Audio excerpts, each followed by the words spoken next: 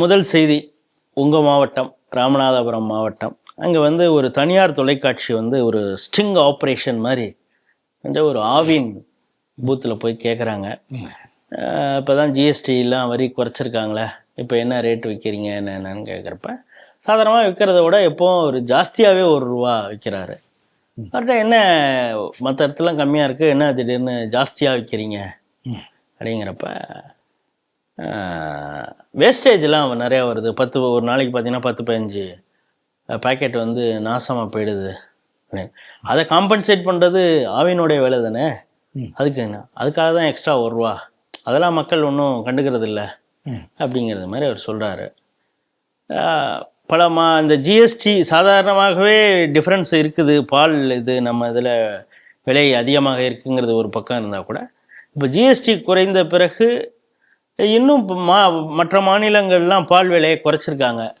இங்கே அது போன்ற எந்த ஒரு நிகழ்வும் இல்லை அப்படிங்கிறது மாதிரி, பெரிய அளவு குறைக்கலை அப்படிங்கிறது மாதிரி செய்தி வருது. இதை எப்படி பார்க்குறீங்க? தமிழ்நாடு அரசு அதனுடைய நிறுவனம் தான் ஆவின். அப்போது தமிழ்நாடு அரசு குறைக்க விரும்பவில்லைன்னு தான் இதுக்கு அர்த்தம். இப்போ கூட முதல்ல குறைக்கலை, ஆவின் குறைக்காது, விலைவாசியை குறைக்காதுன்னு ஒரு செய்தி வந்தது.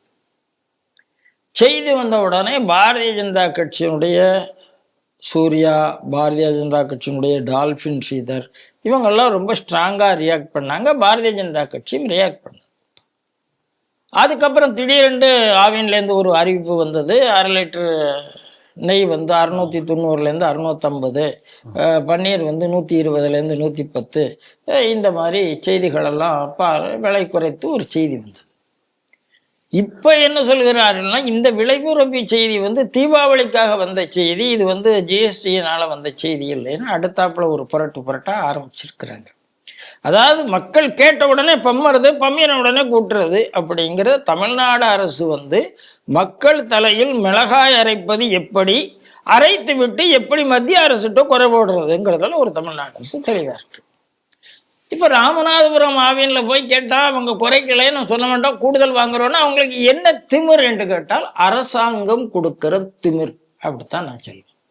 அரசாங்கம் அவங்கள கூப்பிட்டு விலையை குறைடா அப்படின்னா குறைச்சிருப்பாங்க. அப்போ என்ன அர்த்தம், இவர்கள் விரும்பவில்லை, அவர்களுக்கு செய்து போய் சேரவில்லை. ஒன்று. ரெண்டாவது, இருக்கிற விலையோட ₹1 கூட கேட்குறோம், அது எதுக்கு அப்படின்னு கேட்டால் ரொம்ப பைத்தியக்காரத்தனமாக நம்ம ஆட்கள்லாம் சொல்கிறாங்கல்ல. இப்போ கூட எதுக்கு டெபாசிட் ₹10 எக்ஸ்ட்ரா எதுக்கு என்றால் அது சேமிப்பு. எதுக்கு சேமிப்பு? பாட்டிலுக்கு.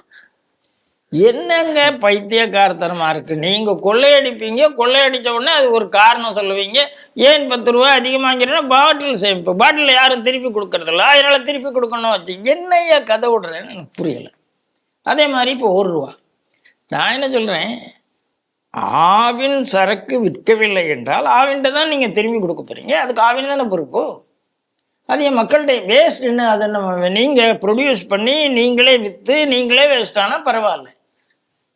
ப்ரொடக்ஷன் வேறு இடத்துல, சேல்ஸ் வேறு இடத்துல, சேல்ஸ் ஆகாதது ரிட்டர்ன் வேறு இடத்துல இருக்கும்போது அப்போ ₹1 என்ன அர்த்தம்? அதனால் அரசு நிறுவனங்கள் மக்களை ஏமாற்றுகிறது. அரசு நிறுவனங்களை மக்களை ஏமாற்றுவதற்கு பின்னணியில் இருக்கிறது திமுக.